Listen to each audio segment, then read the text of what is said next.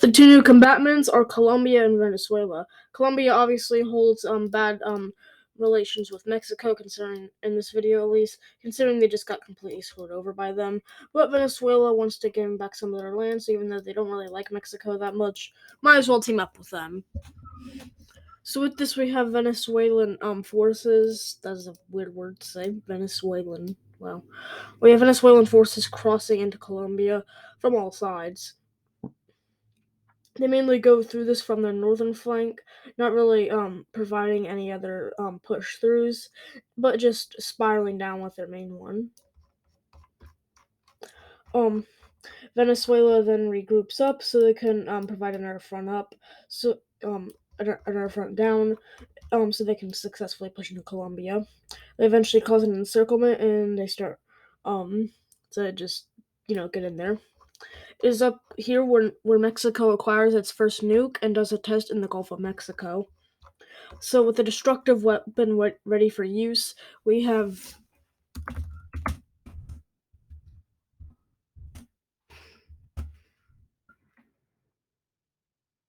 Brasilia. Imagine being that uncreative. We have Brasilia. Weird. We have it's nuked. Okay. So after the nuking of their capital, we see the radiation spreading to around here. Now this isn't that powerful of a bomb. It's somewhat of it's basically the one that USA dropped on here Hiroshima, but it's a bit more powerful. It has a bigger blast radius than Nagasaki and also Hiroshima, but it's in the end less powerful than Nagasaki, but more powerful than Hiroshima. This cripples Brazil, and they have to send in lots of humanitarian aid, leaving less medics for the blue team. With this, the LPPA see a good plan to send in massive forces. As with there being less medics, it means that soldiers are less likely to continue their fight. Now it's pretty messed up and it's pretty cruel tactics, but it gets the job done. Eventually, Venezuela is able to meet to around this much, and Mexico completes encirclement. So with this, we go back to Peru. Now, Peru has been getting mainly screwed in this war. Um, I said that weird war. But whatever. So we have Peru being able to push out the Brazilian forces to reconnect and finally resupply the forces trapped. They were getting minor supply, but now they're connected to the main line. So with this, we see Peru also going for a push out of the Brazilian forces in the middle of the east of Peru. Yeah. With this, we also see Peru connecting the two fronts and continuing their push up as they gather their forces for the second time.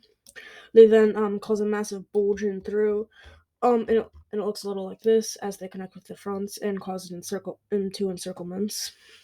Peru continues their advancements until they eventually are stopped after Brazil is finally starting to get better after the nuclear bomb. Speaking of which, the aid going in, Brazil takes back the radiated cities. This is until Mexico is able to cause the aerial invasion. Now, this invasion was supposed to be around this big, but they weren't able to do it as a lot of the paratroopers died from radiation. With this, we see the capture of Brasilia. This is a huge loss for Brazil. As the guerrilla pocket expands as well. So eventually, because it's in the middle, Brazil is able to completely knock it out, though. Although this does come at a cost, as Peru and Mexico are able to continue expanding their territorial ambitions. Now we have Peru having a massive front line, and Mexico is finally able to break most of the trench systems. They also push down. Back over in Ecuador, we have Colombia being one of the only reasons why the force is able to hold out. But Colombia is also doing a good job at pushing into northern Peru. They eventually cause somewhat of a crescent force along here. Although these forces will still be okay as they're still connected to Peru, and they're also connected to the other forces that are largely connected to Peru. We also see an area. We also see a naval bombardment by the blue team right over on Peru's coast. And a naval invasion is successful. So now we have both sides basically losing and gaining ground. So and Argentina's forces are playing a good part in this. So Mexico offers Argentina something. Argentina will quickly stop being into this war if Mexico helps it take back the Falklands. So with this, we have a border conflict happening on the Falklands. This leads to the UK declaring war on Argentina.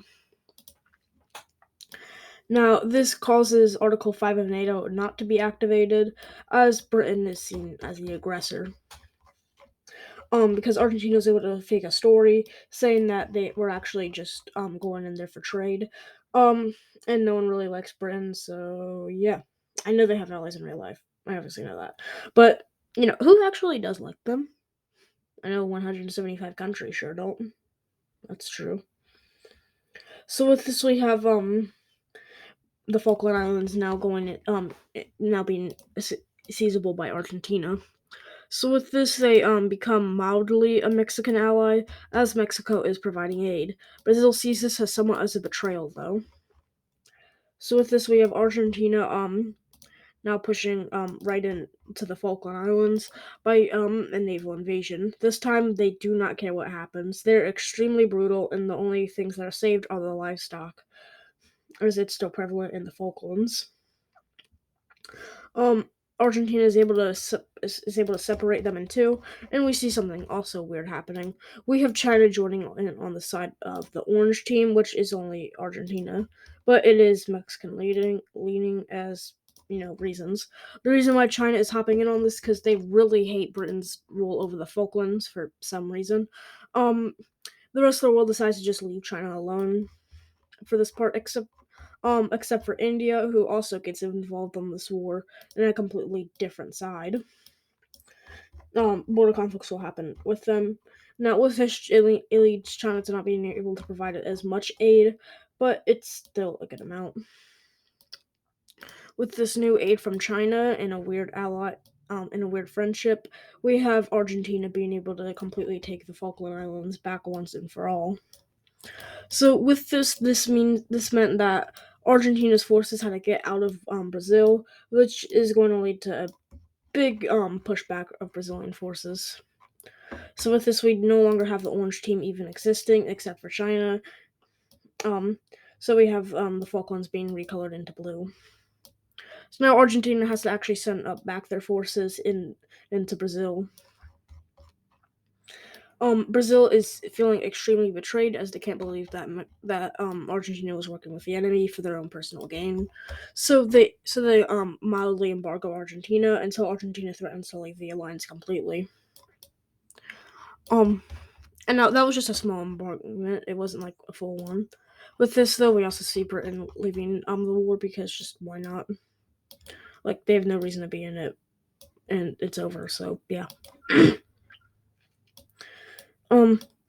Although some international places are trying to convince Great Britain to join in on the war against Argentina or Mexico, as they're pretty imperial, but whatever. It doesn't really get anywhere.